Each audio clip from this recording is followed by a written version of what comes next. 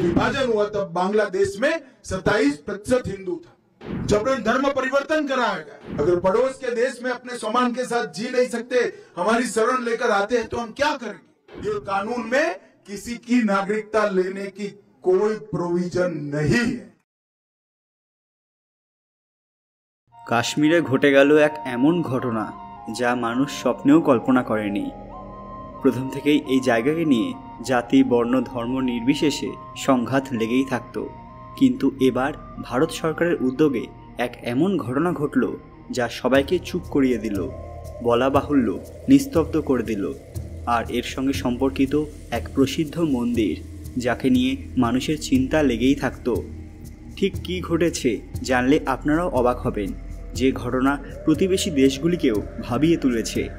তার আগে কমেন্টে হর হর মহাদেব লিখবেন। সকলকে পুরাণ কথা নতুন একটি ভিডিওতে স্বাগত। আজকে আপনারা জানবেন কাশ্মীরে ঘটল এক বড় ঘটনা।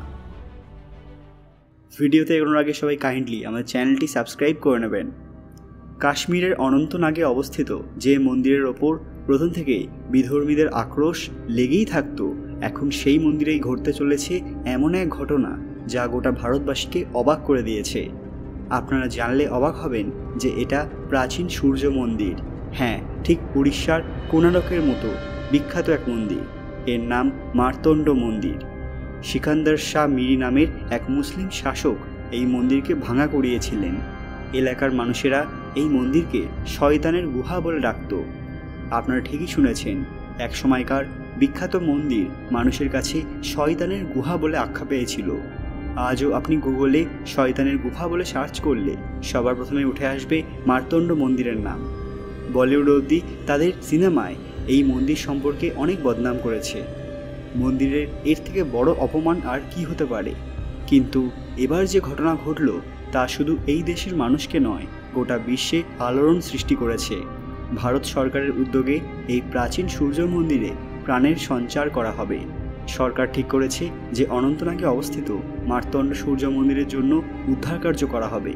এই মন্দির সেই অনন্তনাগে অবস্থিত যা পিওকে থেকে বেশি দূরে নয়। আবার এই মন্দিরকে পুনরায় আগের মতো রূপে ফিরিয়ে আনা হবে।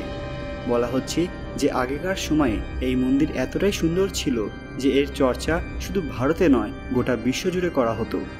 কিন্তু অনেক মানুষ এই সৌন্দর্য মেনে নিতে পারেনি। তারা এই মন্দিরের স্তম্ভ এবং দেওয়ালগুলি ভেঙে ফেলে।